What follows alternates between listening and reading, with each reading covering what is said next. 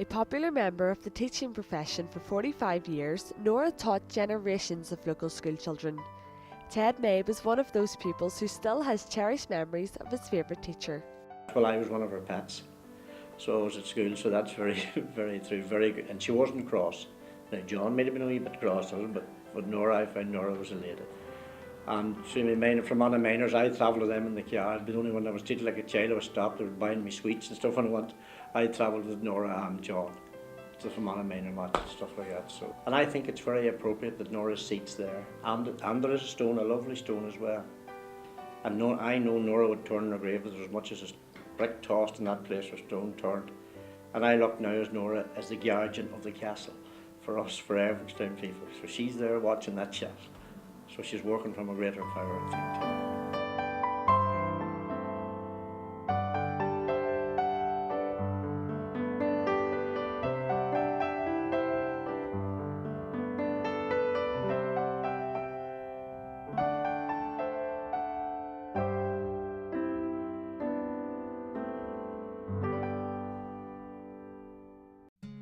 Nora's friend and spokeswoman of Irvinestown Community Partnership was the motivation behind the tribute when she was inspired on a recent trip to Australia. I personally will remember as a vibrant young woman when I was growing up in the town, because like Malachy and Ted, I was born on the main street, very much part of the town.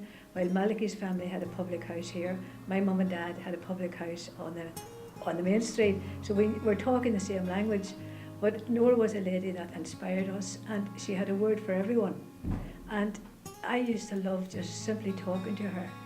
And as Ted said, the idea did come about last year when I was over in Sydney. And I was walking around the Botanic Gardens, and I was just looking at this lovely big lump of rock. And there was a seat hewn out of the rock, and at the bottom of it was Mrs. Macquarie's seat. And it was in memory of this lady who was the governor's wife, who came out from England in the early 1800s, and I thought, if Mrs. Macquarie can have a seat in Sydney, our Nora can have a seat named after her in Irvinestown. And it was simply that. So I ran it by Ted in the partnership, and we got the thing rolling. So I think that I wanted Nora to be remembered as a lady who was looking after the castle, who loved the castle and who loved everything about it. And not alone when we named the seat, we put her name on the seat. And someone said to me, why would you give her dates and so on? And I said that wasn't necessary, for everyone knew Nora, Nora's seat, it speaks volumes. And I was conscious also of that when we were doing it, that, well, wood can sink down to the ground and rot away.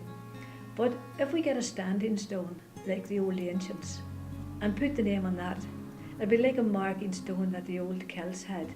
And when they come, people can see that's the marker for Nora in memory of her.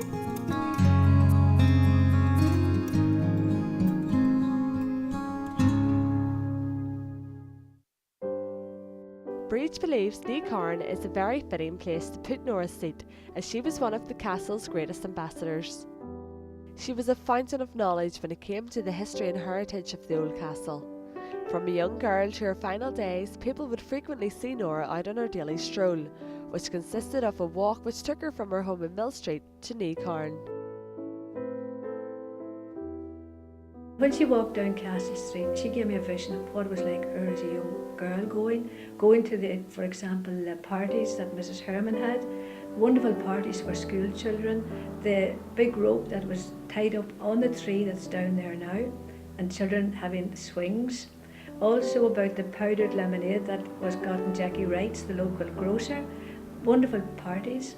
She was a tremendous musician, and she loved playing the piano. And there was a piano there in Necarne that she played, and she used to talk about it. And there's a little book that I got together a few years ago, and there's a photograph of a piano in it, and that's the one that Nora played. And when she talked about Necarne, as she sat and had a little rest, as she was an older woman, what she talked about was Necarne, the Hermans, what it was like under the Hermans who owned the estate after the Darcy Irvines. She talked about the Second World War, which was a real glamorous time here, when we had the Yanks in, as everyone talked about, the RAF. Malachy referred to the 20s and 30s. The 30s were the hungry 30s. The 40s, for the first time, there was money again. People were spending money. the RAF had to get food, for example, the boarding houses were doing great teas. Nora knew what it was like, and along with her husband, John, and her brother, they started the drama festival. And the most marvellous drama were held here on the main street. She was that sort of person. She instigated the drama, she loved music, she loved nature, she could tell you every bird, she could name every tree, she could tell you every flower. But she also had this love of the town and loved talking to people. And as everyone said, she never forgot a child. And even my own eldest child, when he started school, Keelan, she was there for that first year. And every year afterwards, she used to always ask, how is he doing? She never forgot anyone.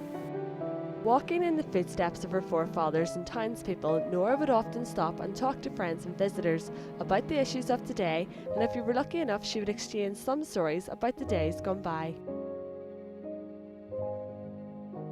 Breach hopes that people will, for many years to come, stop by and visit Nora's seat and continue to share with her their stories, as although she may not be here in body, she is most definitely here in spirit, a spirit that will forevermore live on at Necarne Castle.